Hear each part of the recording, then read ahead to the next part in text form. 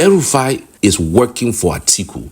And that's the reason why he made that comment that, oh, this one-term agenda you guys are pledging, nobody believes you. A former governor of Kaduna State, Nasir El-Rufai, has criticized the 2023 presidential candidate of the Labour Party, Peter Obi, and the former governor of Rivers State, Rotimi Amaechi, for making promises to serve for only one term if elected Nigeria's president in 2027. Mr. El-Rufai spoke on Sunday night when he appeared as a guest on Sunday Politics, a program on Channels Television. The LP candidate, who served as governor of Anambra State from 2006 to 2014, recently pledged to serve for a 4-year tenure if he gets the presidential ticket of the African Democratic Congress, ADC, and is elected the country's president in 2027. Mr. Amaechi, on his part, also pledged to serve for a term if he secures the presidential ticket of the ADC and becomes the president. In Nigeria, the elected presidents are constitutionally entitled to a 4-year tenure and are also qualified to seek re-election for a second and final term. Mr. Amaechi and Obi's statements are believed to be efforts to get the endorsement of the ADC and stick to an undocumented rotational presidency agreement among political elites, and that ensures that power rotates between northern and southern Nigeria every 8 years. Now, on the question of people coming out and say, I will do one term, I don't think anyone believes that. I don't think it is right. You should not constitutionally give up what is yours. And frankly, as someone that has been governor for 8 years, and Amaechi and Peter Obi have both been governors, they know the time it takes to make meaningful change in government. 4 years is not enough. So I want to appeal to everyone to stop making these commitments of I will do 4 years or I will do 8 years, because nobody believes you. You will go. President Bola Tinubu, a southerner, would have spent 4 years in office by 2027, and the ADC seeks to ensure he does not get a second term in office.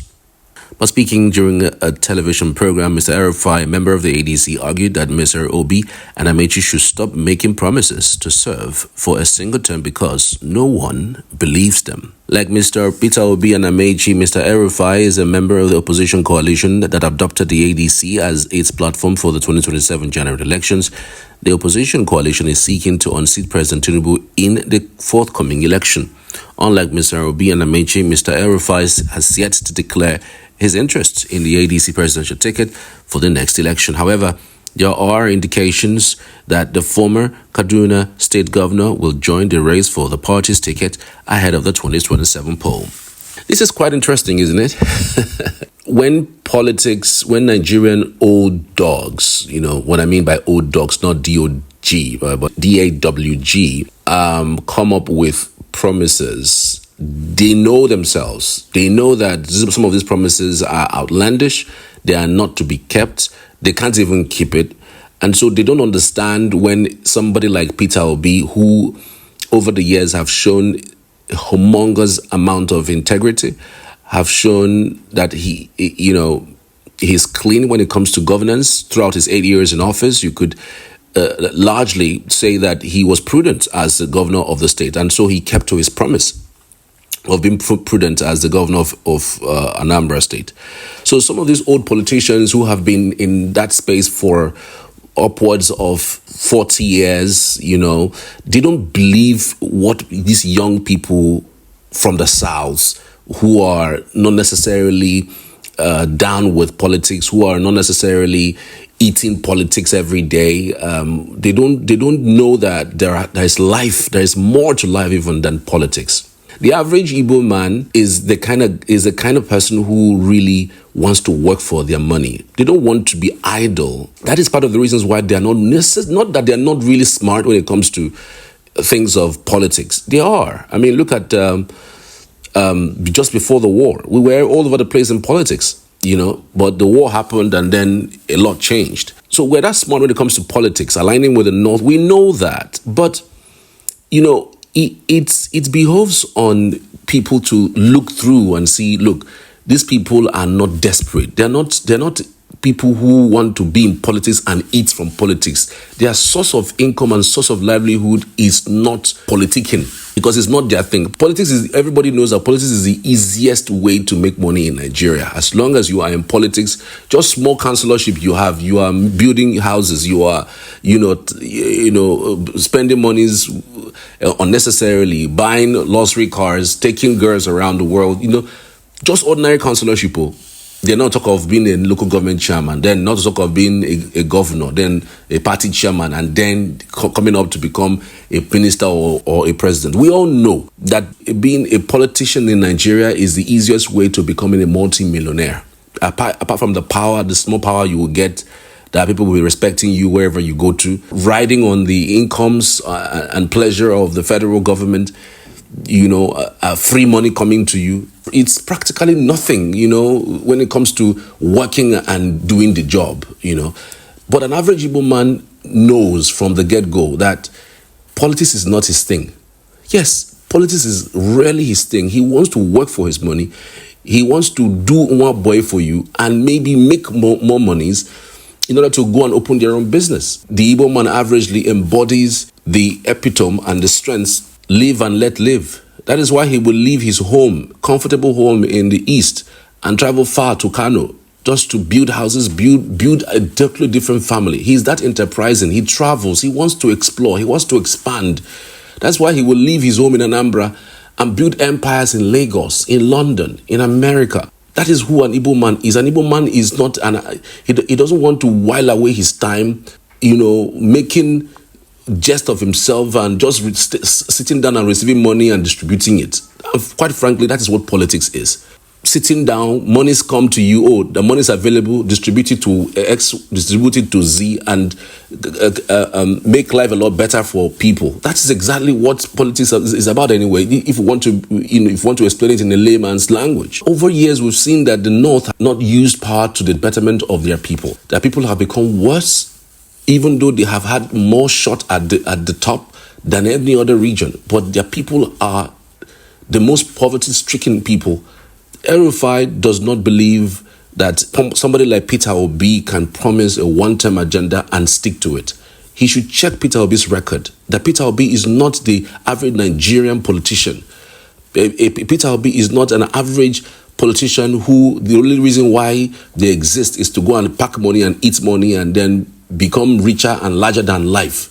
So he doesn't understand it. That is why he is saying that it is not possible, that people don't believe him. And who are the people that don't believe him? Who are those? Is it people of his kind who have spent 40 years upwards in politics that they practically have no business that they are doing? What they just do is sit down and take monies from the coffers of government and then augment it with the one that they collect from as former governors?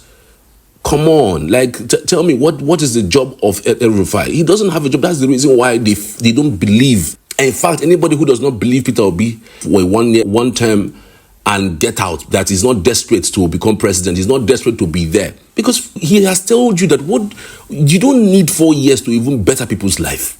You don't need 4 years. Look at what Peter Obi is even doing in Enugu State. 2 years. Look at what he has been able to achieve. That's somebody who is prepared for governance. Things begin to change from day one you take over office. Why? Because you have mapped and cleansed it out. Not people who will come and start giving, you will be in presidency, be a governor, keep promising people from day one till the day you finish your tenure. So quite frankly, you cannot blame El-Rufai for saying nobody believes you. Nobody will listen to you by pledging one-term agenda. I mean, except, in fact, this is my verdict on this. El-Rufai is stylishly working for Atiku. He has now seen that by Peter Obi's promise of one-term agenda would diminish Atiku's chances, given that you cannot give power again to a northerner for after 8 years of a northerner and 4 years of a southerner. You cannot go back and now start giving power to a northerner. So the northerners in ADC are saying, okay, this guy has promised, and he is a man that keeps to his word, given what his antecedents, given what we have seen in the past. So here he's saying that the Peter Obi's promise might diminish Atiku's chances from emerging the presidential candidate of the ADC. That is the reason why he's saying that Peter Obi and Amaechi saying that they are going to contest for just one, they are going to be president for just one term and leave. It will diminish Atiku's chances. That's the reason why he's saying that nobody believes you. Nobody believes them. On what basis are you saying that? Is it that you have not declared that you want to become the president of this country? You have not declared. You are eminently qualified, but you have not declared. God help you if you even declare. That is if you are even going to win the support of Kaduna State in the primaries. You have not declared that you are going to be the president. You don't want to become president, and I'm sure you are also scheming to see if you can be a vice to anybody who emerged from the south. And then what you are doing is puncturing somebody's strategy by saying that at least we know that there's an unwritten zoning formula between the north and the south. And the man is saying, trust me on my words. I have said it. I will not stay beyond office May 29, 2031 if given the opportunity. And then you are now turning around to say, oh, nobody believes you. Who is the nobody believes you? Like who is the are you the nobody believes? Are you the people that don't believe him? Or you think it is only north that is Nigeria? So what about those in the south? They're not human beings. They're not part of people who should be counted as human beings. It's just terrible, man. It's crazy, guys. I don't know. And this is my verdict. El-Rufai is working for Atiku. And that's the reason why he made that comment that, oh, this one-term agenda you guys are pledging, nobody believes you. That's my verdict. Tell me what you think. I would love to hear from you as always. God bless.